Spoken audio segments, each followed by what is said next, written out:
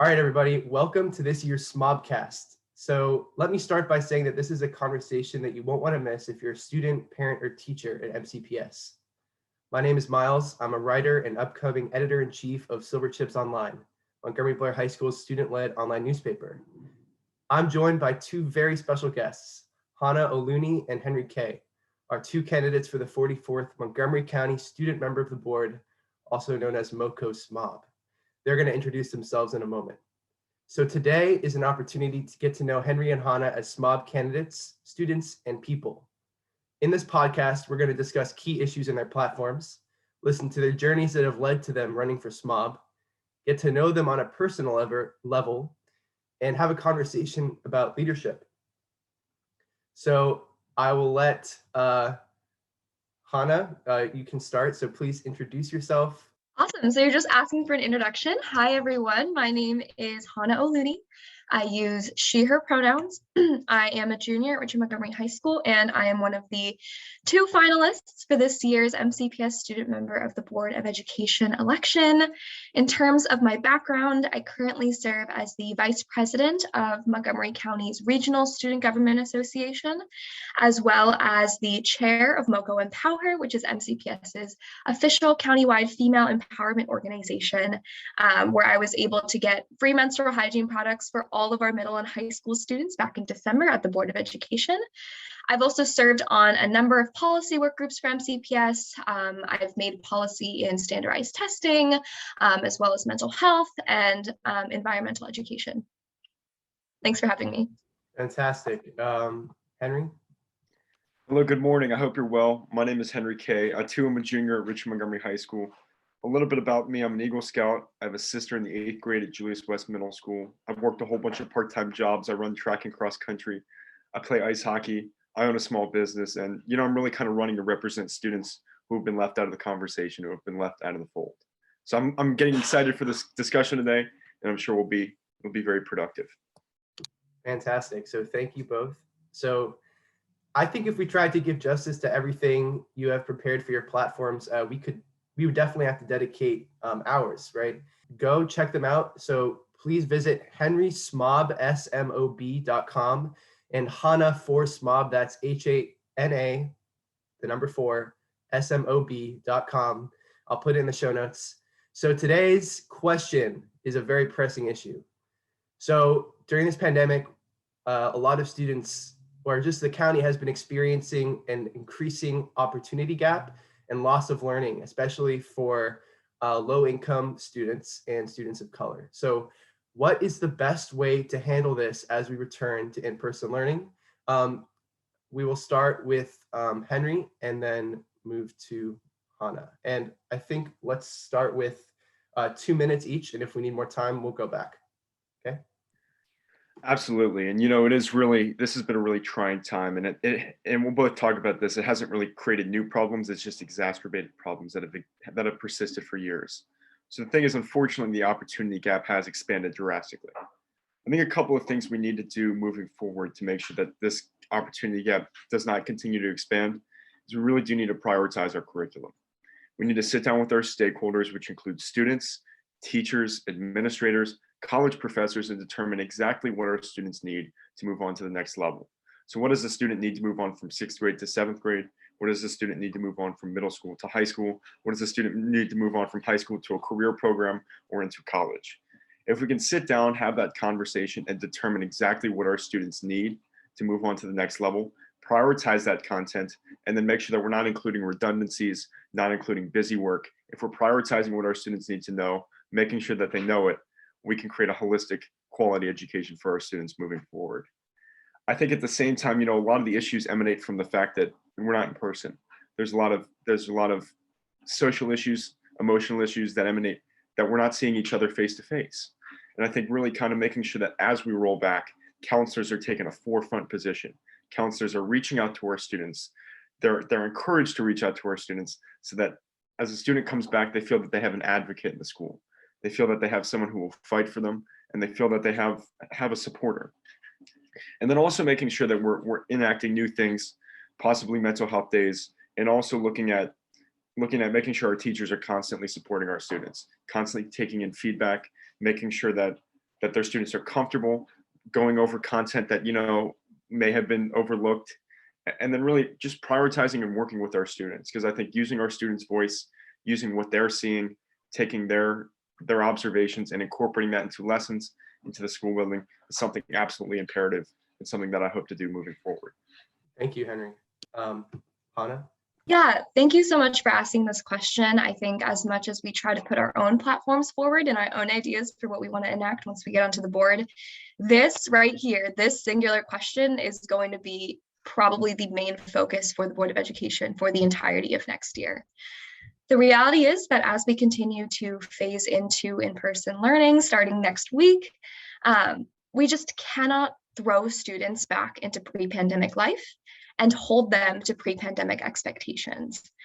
COVID impacted each of us extremely differently, right? Some of us thrived. Some of us, we were able to self-pace ourselves. We were able to actually take advantage of the online learning situation. But for others, it's been really difficult. If you don't have internet, if you don't have a device and you didn't get one until the summer, or if you don't have a quiet place to learn or a safe place to learn at home and you don't have anywhere to go because everywhere's shut down. We really see an exacerbated opportunity gap, an exacerbated achievement gap. And I think it's not going to be an easy solution. One thing we definitely need to do is not just move forward with new concepts in any class or any curriculum, but actually incorporate substantial review in that process, because no one should be expected to just keep on pillaging forward with new concepts and new curriculums. Another thing is really, really increasing our mental health support, our counseling support. I don't know about our listeners, but I certainly have not interacted with anyone face-to-face in about a year. And trying to re-navigate those in-person relationships with friends, with teachers, and trying to do assignments in person again and assessments, that is going to be an extremely taxing process on our students. And I think recognizing that and providing ample support structures for students to be able to navigate through that is going to be really, really key. So investing more than we ever did in mental health support and psychological support. Right on the nose with the 2 minutes. So fantastic answers. I hope people were able to take away something from that. On both of your platforms, a key issue or topic is student representation. 2 minutes to discuss your plans to boost student representation. Go ahead.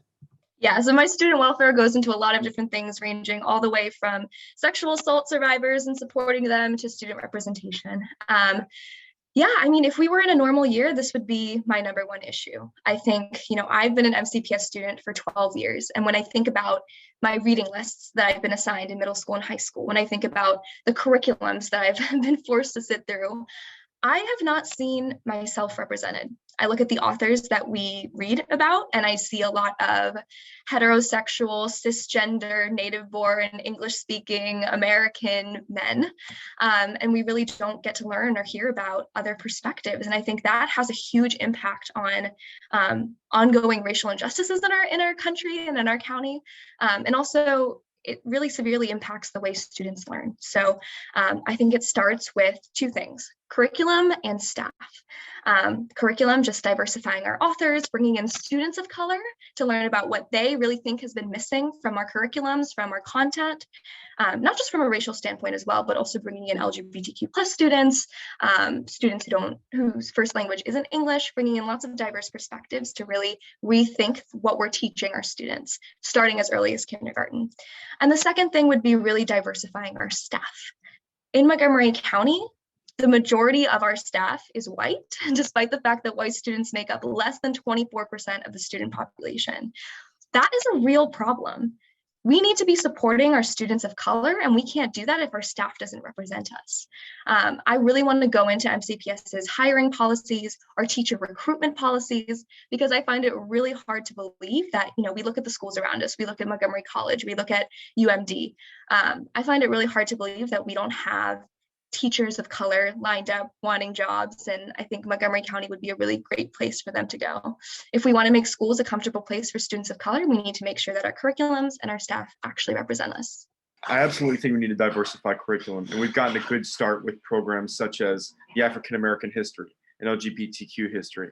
But the thing is, I don't believe that goes far enough. I think the students who really need those lessons unfortunately tend to stay away from those classes. So we need to make sure that we're diversifying our curriculum in core curriculum classes, in that required math class, in that required science class. Because by doing that, we can reach the mass student populace. And if we can reach the mass student populace, we're giving everybody that robust, wholesome education to reduce racism, to reduce biases, and to make a more inclusive, welcoming county. With regards to diversifying staff and curriculum, I think that's absolutely important as well. We need to kind of look at where we're purchasing curriculum from, making sure that it comes, again, from those diverse authors, from those diverse perspectives.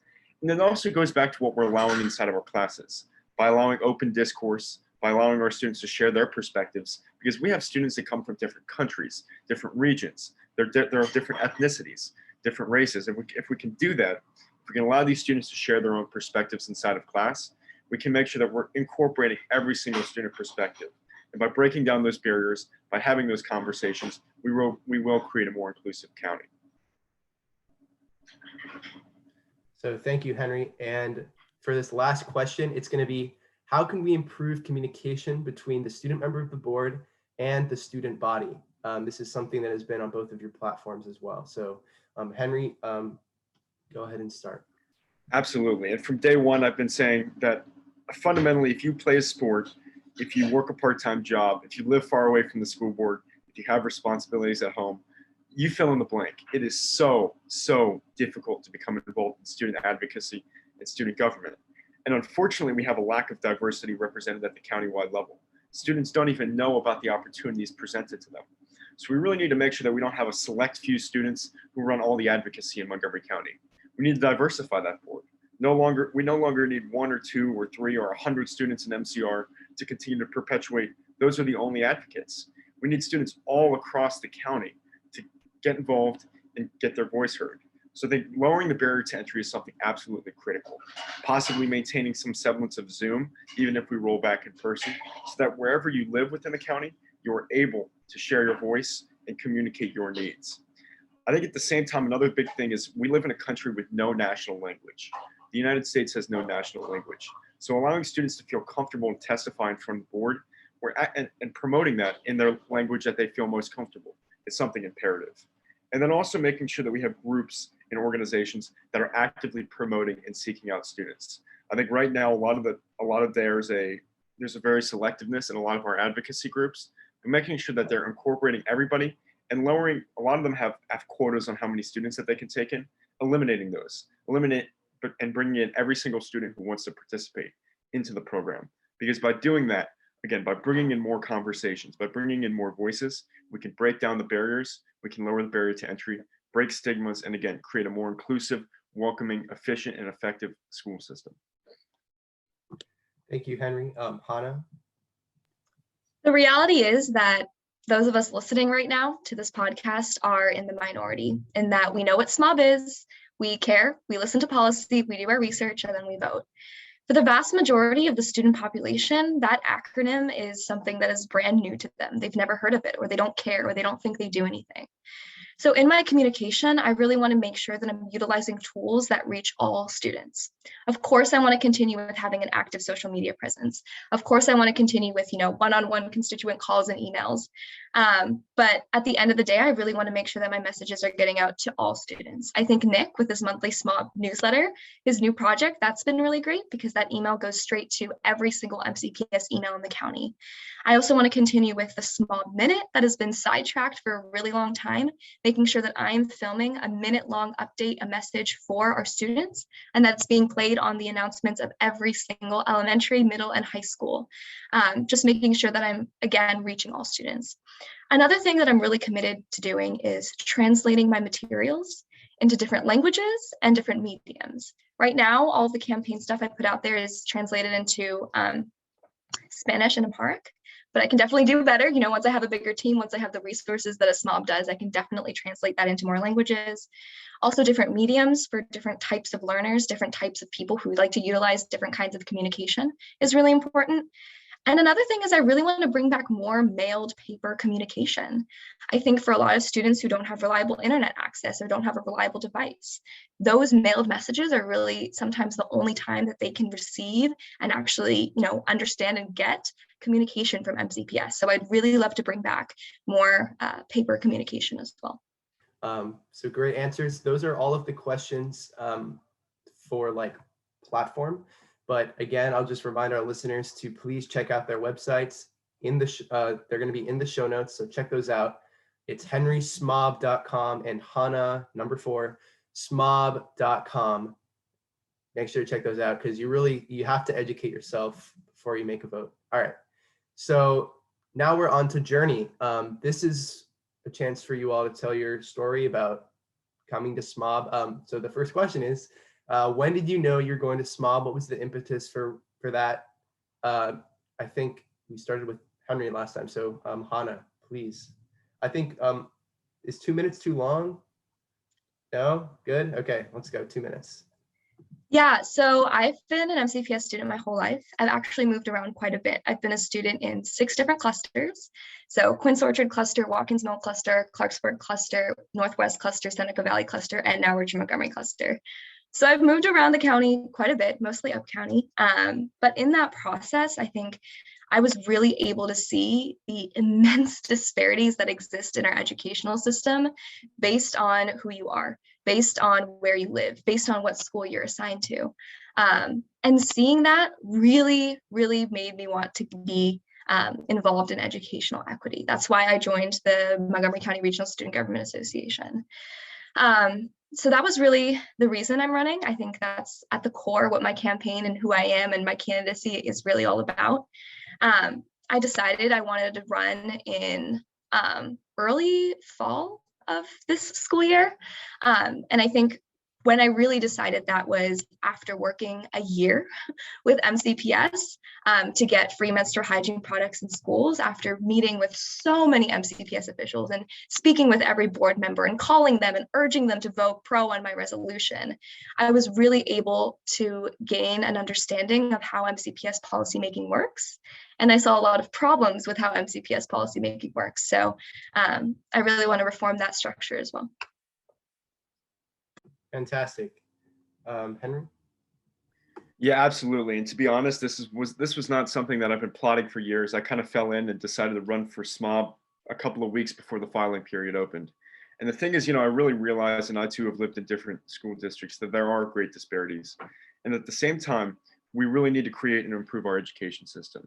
I think for too long, we've had We've had a very exclusive group that advocates for our students. I think we need to break that down. There's no reason that we should have 1 or 2 or 10 or 100 students advocating for all 163,000 students in Montgomery County. And this has been a serious, serious problem. I think at the same time, we need to make sure that we're continuing to break down those barriers to entry and bringing in somebody who has an economical and logical approach. I think in the past, we all know the strawberry milk promises. We all know broken promises from SMOBs, but really bringing forth somebody who knows how to get things done as efficiently and as effectively as possible. And that's what I've done, and that's what I'm bringing forward. I'm bringing everything I've laid out. I do believe there's a way we can get it done and get it done very, very quickly. And I think that's a change. We need a new breath of fresh air. We need somebody who does not perpetuate the cycle of MCR executive into the SMOB pipeline. And we need someone who understands what it means to be an athlete, who understands what it means to work a part-time job, to live in a multi-generational house, to really just break that stigma and that continued cycle. And that's something that I believe we're bringing forward. And I hope that we can bring it on the board table. So I think, yeah, it's Henry's turn for this as well. Could you list, I apologize, I think there's some background noise. Any highlights from your campaign so far, memorable conversations or events, things that just stick out that you don't want to share? Sure, and I'm sure Miss O'Looney will be able to attest to this too. It's just been such a blur. Everything, we've been on all these Zoom meetings, and I really wish, I'm a very personable person. I would have loved to be with everybody face to face, shaking hands, bumping fists, really hearing what our students need. I think unfortunately we've kind of lost that in the online setting. So it has been really difficult to connect on that innate personal level with our students. I think the best point has just been question and answer sessions. I think I like going into question and answer sessions, not really knowing what the questions are going to get thrown out, and then speaking what I truly believe. Because if I can speak what I truly believe, I know I can get it done, and then I'm not making anything up. So really speaking what I truly believe, going to question and answer sessions, and going all across the county to meet students. I've gone to a lot of high schools and middle schools at this point. I don't know an exact number, and I'm continuing to go to them every single day. And that is something incredibly, incredibly eye-opening to learn about what their struggles at their schools are, to learn about the challenges that they face. And then also I love Instagram Lives. I wasn't on Instagram before this, but just being able to get on there, feel the adrenaline of people asking questions, asking difficult questions is something so exhilarating to me. And I've loved every minute of this campaign.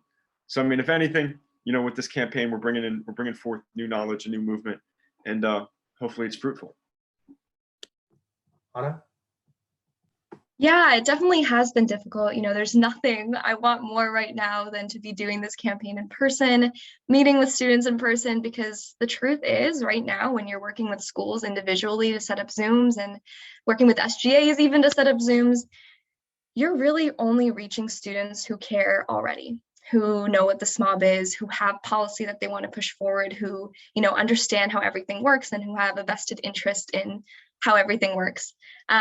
But who I'm really not reaching is students who are really apathetic to the whole process, who don't care or who don't believe that the SMOB could do anything.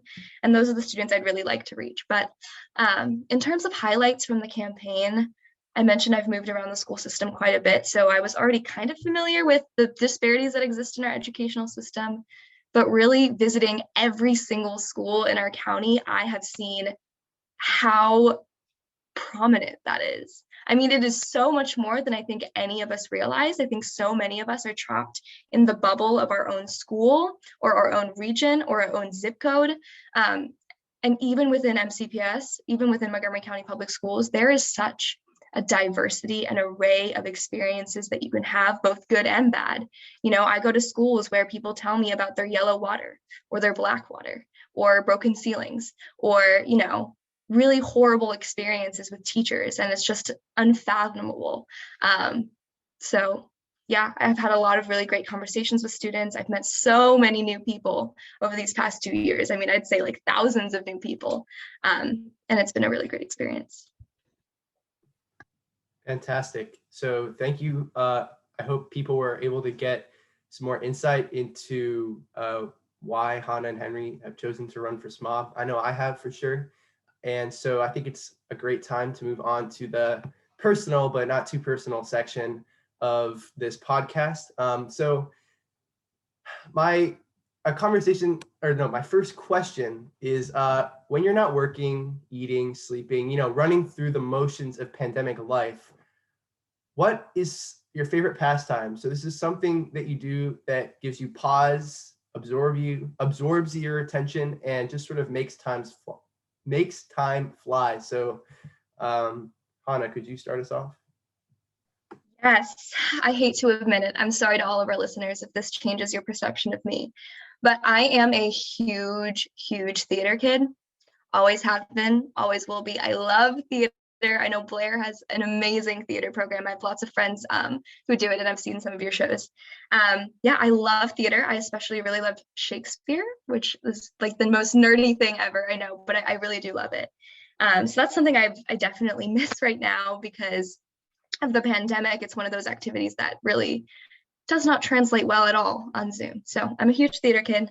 I also work 2 jobs. I tutor students from kindergarten to 2nd grade who have learning disabilities with ADHD and ADD. So that takes up a good portion of my week right now. And I also work for an international nonprofit called Period. Maybe you've heard of it. It's sort of the leading global menstrual equity organization. And I work with them and the 500 chapters we have throughout the world on how to bring menstrual hygiene products to low-income countries, developing countries, low-income neighborhoods, even in the US. So yeah, that's sort of what I do in terms of like pastimes. I love Netflix. My favorite show is Gilmore Girls. Love Gilmore Girls. And yeah.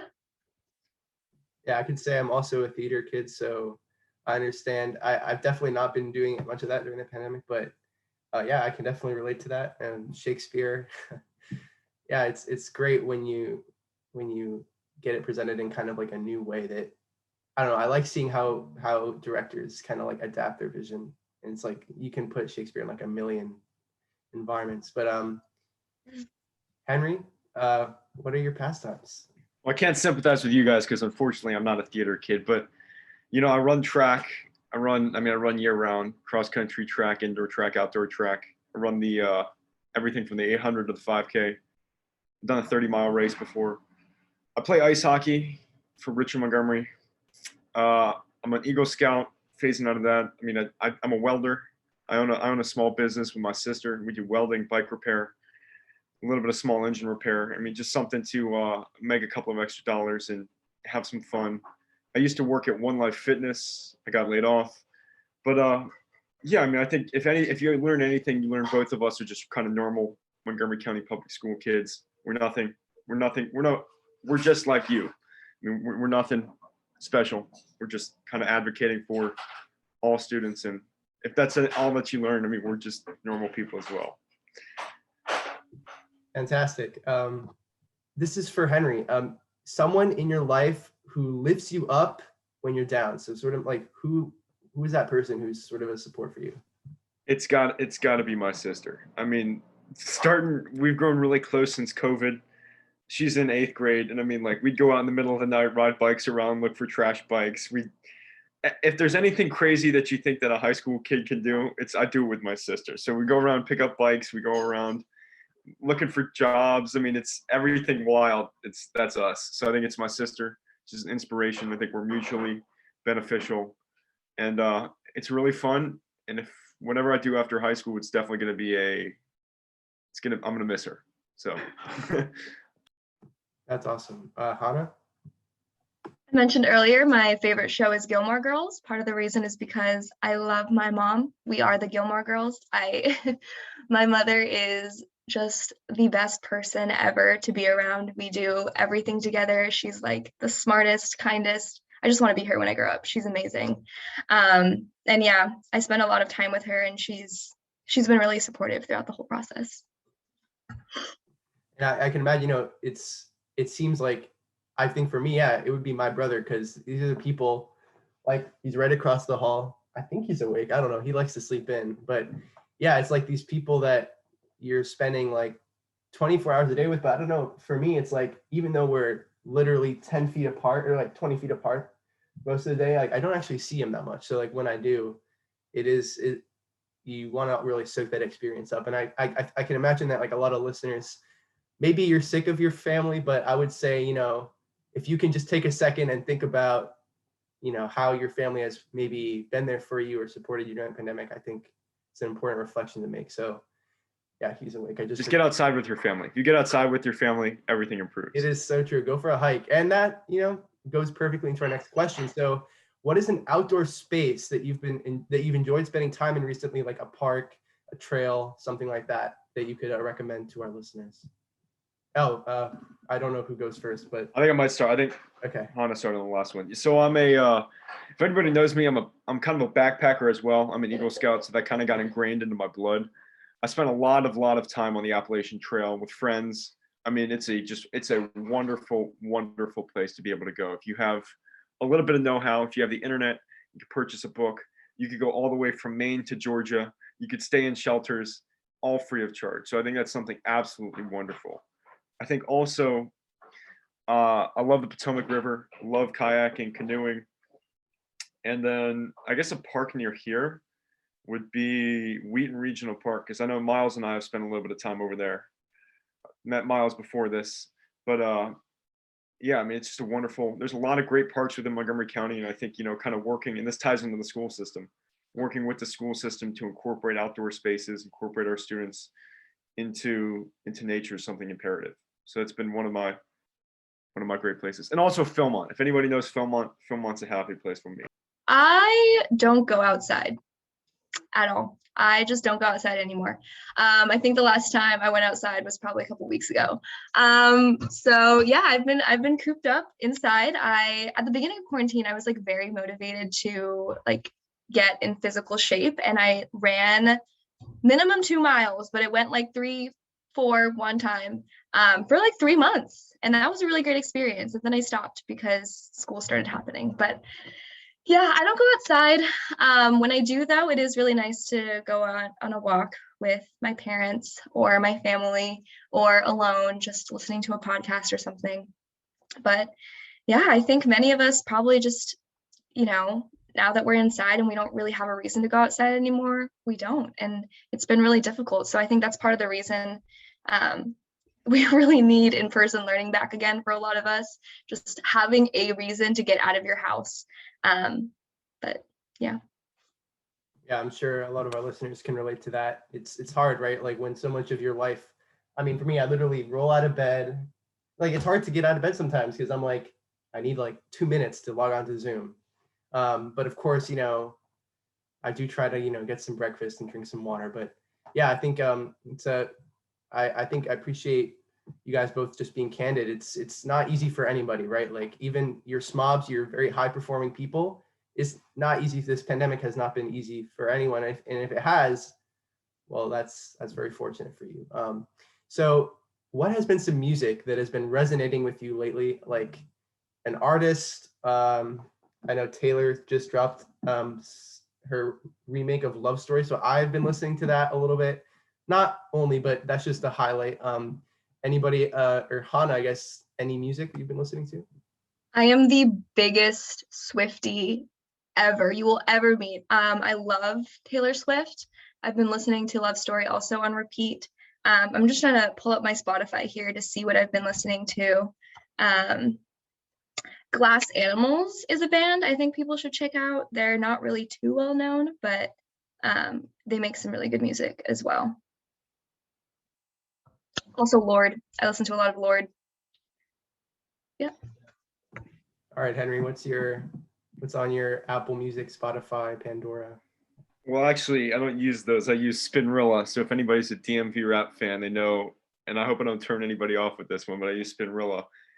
And I mean, I love the culture and I love the music that comes out of the DMV. I think this is such a unique area, and it's kind of overlooked in the music industry, but it has such a rich history going back from go-go on to what we have now with artists like Shy Glizzy. One of my favorites is he went to Watkins Mill. His name is Simba. There's a rapper who went to RM, but I mean, I just love kind of being immersed in the culture from around Montgomery County, learning about different, different musical, because this is an overlooked area musically, but we have such good talent and a breadth of talent that comes out of this region. So I think, that's one of my big things too, diversifying our music curriculum, because the music that's out there today, it's not quite represented in our music classes. So kind of diversifying that music curriculum, bringing in rap and R&B and different types of music from different ethnicities and cultures and heritages is something incredibly important. All right, let's go to this leadership section. All right, if you are a leader, or I guess you can't really call yourself a leader, I do think that's something to mention. Like, to be a leader, that is really a title conferred by other people on you. I think that might be a fair thing to say, but I think we can confidently say that Hana and Henry are definitely leaders. So I think anybody who is aspiring to get more involved in local politics, maybe run for SMOB, please listen up. This is going to be a great section. So I think, Henry, are you there? Yeah, okay. I missed the question though. What was, no, I haven't asked it. Okay. Yeah, you're good. All right, so how have the qualities that you look for in a SMOB evolved as you've matured? So like, if you can think back to when you first voted for SMOB to now, like how has the qualities, the leadership traits, like how have those changed? I think personally, and this is juvenile, but starting off, I think it was just whoever promised the most grandiose idea, whoever promised that strawberry milk, whoever gave me that sticker. I think that was something that, back in 6th grade, we didn't really know what was going on. But I think now I've learned the importance of the SMOB position. It is so fundamentally important for our system of Republican democracy within Montgomery County, within our system of democracy and representation. So I think, really making sure that it is someone who's a leader, someone who has confidence, who has the ability to stand eye to eye with the adult leaders on the board, who has the tenacity to fight for our students, the willingness to listen. So I think it's absolutely shifted from just someone, because I didn't really understand the SMOB position back in 6th grade, 7th grade. So it shifted from someone who listens to who says the most appealing things, it's to someone who actually says things that they can get done. And I think that's kind of what's shifted for me. How about you, Hana? Yeah, so the first two SMOB elections I ever voted in, 6th and 7th grade. First one was Alex Abrasima versus Eric Gersey. Second one was Alex Abrasima versus Matt Post. So I did not see a lot of representation in the candidate pool there. And then I went to SMOB nominating convention last year. There were around 15 candidates, and then they narrow it down to like the 6 finalists. And there was only one girl, Vicky Kidder, in the finalist pool. This was the first year I think we really saw, an equal number of male and female candidates who signed up and tried to, do this candidacy and run the campaign. But yeah, we just haven't seen a lot of representation still. I mean, me and Henry both go to RM, so like there's just not a lot of representation here. And I think that really puts people off from running for SMOB. I want to say to our listeners, especially if we have underclassmen or even middle schoolers on here, that there are 2 requirements to run for SMOB. One is that you are in 10th or 11th grade at an MCPS high school. And the second one is that you live in Montgomery County. So there are no citizenship requirements, no GPA requirements. There are not many requirements at all. And so anyone who has even a little bit of an interest, I really encourage you to do it. Even if you don't think you're ready, even if you don't see people like you represented, do it, because you never know where it's going to end up. And if I could just underline that point, Hana's absolutely correct. And we need more people to get out and run for SMOB, because if anything, even if there's SMOB campaign and you don't win, you're bringing forth new ideas and perspectives that will hopefully get up. And I can underline that I'm just an athlete. Hana's done some really great work, and don't be put off by, that, like, she's done some really great work in the past, but don't be put off by work that other SMOBs have done. You can run, you can make it happen, and you can bring your ideas forward. And I think I really appreciate your candidness and just recognizing that, yeah, we do have 2 leaders or 2 candidates from RM, and that is something that people were sort of cracking jokes about at first. But it's like it's not your fault. Nobody should be bashing Henry and Hana for both deciding to run for SMOB, right? If you want to see someone who's not from RM, I mean, obviously there has to be some systemic changes, but there's also if you think you can be a good SMOB candidate, get out there and run for the 45th SMOB next year. 100%. I just wanted to add one last thing about that. I think it comes from seeing yourself represented. I think one of the reasons RM has so many candidates is that we've had so many candidates for so long. So students who go to our school feel like they can run and they have a shot. Whereas if you go down to schools like in the NEC, like Blake or Paint Branch or schools in the DCC, even Blair, you don't have a lot of candidates. So people who are thinking about running don't see themselves represented and don't think that they can do it. And I think that's really one of the reasons where the problem lies. But yeah. That's a fantastic point, Hana. Who has been someone that influenced your leadership style? Like, who would you cite as maybe it's not just one person, or just who or what has influenced your leadership style? Henry? I think maybe I do. Maybe Okay.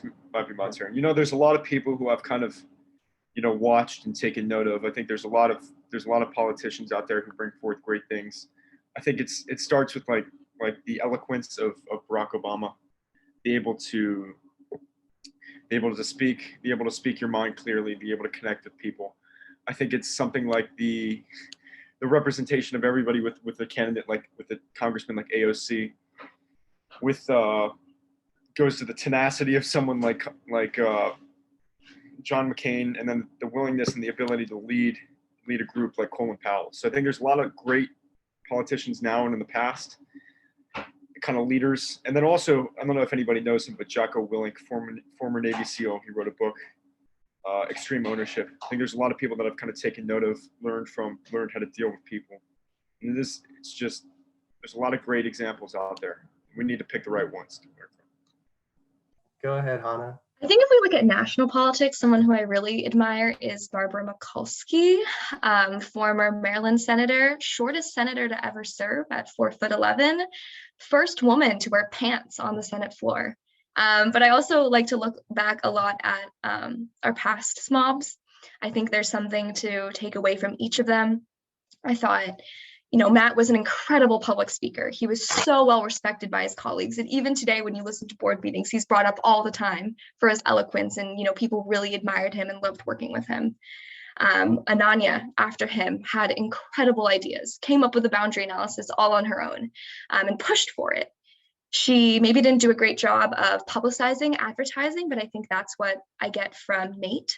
He was an amazing, amazing communicator, probably the best SMOB we've ever had in terms of getting people to care about the election and understand what's going on. So I'd like to take that from him. And from Nick, I think he's been extremely personable. He's been, just really candid in the way that he takes his position, making sure that we all know that he is just like us and he can be friends with us and he can be, a normal student and serve on the board at the same time.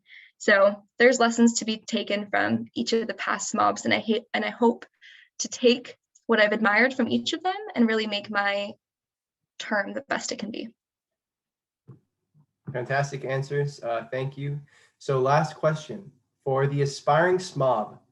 Well, I guess it's a two-part question. First of all, how much time, or give an idea of the amount of dedication, commitment it takes to run for SMOB. And second part is advice you would give to someone looking to run for SMOB. Yeah, I mean, it's really brutal. It's really brutal. I think I average like 3 to 4 school visits a day, and then community events, and then my own work. On Thursday, I had meetings until 10 p.m. And then I started my homework at 10:30 and went until 2:30. Then I had to wake up at 7:30 the next morning for another call at 8. So it is brutal, and then once you get into the SMOB term too, I mean, I'm just like looking at Board of Education meeting recordings and they go 10, 11 hours. Sometimes they end at 11:30 or even past that. So it is brutal when you look at the schedules, when you look at the time commitment, but again, don't let that put you off. I think once you get into it, you really get into it and it becomes so worth it because, the people who you have conversations with at your school visits, the teachers who you have conversations with, the students who you talk to, that really makes it all worth it. Learning about our school system, learning about all these different issues that students have, thinking about solutions and thinking about how we can bring them into the conversation. That at the end of the day makes everything so worth it. And, all of the loss of sleep that you have, all of the busy schedules that you have, at the end of the day is really minuscule compared to the amazing connections that you make. So take that into account, listeners. All right, Henry, Kaye, go ahead. Yeah, so I think the time commitment, that's something that it's kind of varied depending on the week and what we have coming up. It is a significant time commitment. I can't really put a finger on it. I know Hana was probably a little bit more calculated in the first round than it was just my sister and I who ran the first round of the campaign. So we did a lot of late nights, a lot of nights on Instagram trying to figure it out. But yeah, I mean, it's a significant time commitment, but she's absolutely right. The ability to meet people, to get those face-to-face connections, to bring forth new ideas is something that it's priceless. It is absolutely priceless. And by having the opportunity, I feel so honored to just come and speak and have people receptive to what I'm saying, have people share their own ideas. It is so valuable, it's so worth it, and it's so meaningful. So I don't think that I could really, it's beyond the amount of time that I put in, it's beyond the reward that I get back is ridiculous. And if anything, and like I've said this, I'm sure if whoever wins, it's all we've done, the person who didn't win, the individual who didn't win, will have brought forth new ideas, and that's incredibly important. It's just a platform. If you have something that you want to change or something to advocate, do it. Just do it. And I can't underline it. Do it, because it is so imperative that we continue to have students stand up and represent themselves and represent their colleagues. Is it fair to say that sometimes we might just in general let our brains sort of tell us that like, oh, you're not good enough, like there's no chance, when really it's just like once you get started, once you take that first step, the path kind of unfolds in front of you and you're able to keep going, and you're able to run for SMOB, and you're like, wait, how am I doing this? Oh well, I'm just going to keep going. So yeah, this was a long talk show, but I enjoyed it. I really, really enjoyed this show. I really hope our listeners, however many, even if there's just 10 of you, I hope you enjoyed as well. Hopefully we can get it out there. I think, I'll be posting on social media, but first I have to edit this. And I just want to say a massive thank you. You heard how busy these people are. So the fact that they're taking the time to come do this show for you all, for us, thank you. It's a really big time commitment, and we really appreciate it. So if you have any closing remarks, you can make those. But other than that, I would say this has been a really big success, and I really enjoyed listening. And this is part of what it takes. You don't just vote for SMOB without listening and hearing to these candidates. So again, thank you. I guess I could just start. I just want to say this is going to be an incredibly consequential SMOB election. There's a lot of big issues, a lot of big ticket issues, and the time is now to vote for someone who you think kind of will break the stigma, will kind of change it up. And I think I'm the best individual to do that. I think, I'm really happy that we got to come on and share our ideas, because there's no animosity between us. We are just two students in Montgomery County Public Schools doing our best to represent all our students. So I think, this is an incredibly consequential SMOB election. We're going to try to make it happen, and we're going to try to make the change that we need done. So thank you so much, and have a wonderful day. Yeah, I mean, we look at the issues we have ahead of us for this next upcoming SMOB term. We have reopening schools is just one of the things. We have the anti-racism audit. We have the results of the boundary analysis. We have the ongoing debate about school resource officers. We have the superintendent search, which I know is going to take up a huge portion of the term as well. So I think it's really important to vote for someone who you think could navigate all of that, who has demonstrated that they could navigate, advocating for MCPS students and has a history of doing that. But yeah, please. I think one of the biggest takeaways from this conversation is encouraging other people to run.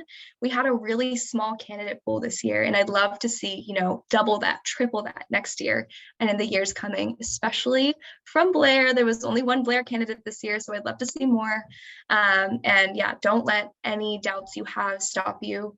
Once you put in that nomination form, it all just sort of unfolds naturally from there. So please do it. And I'm always here if you need me for advice about running a campaign or, policy discussions that you want to have. Same here. Please get out and vote this year. It's so imperative. Your voice does matter. This is one of the elections that really matter. So please get out and vote for whoever you vote for. It's so important. Can't underline the importance.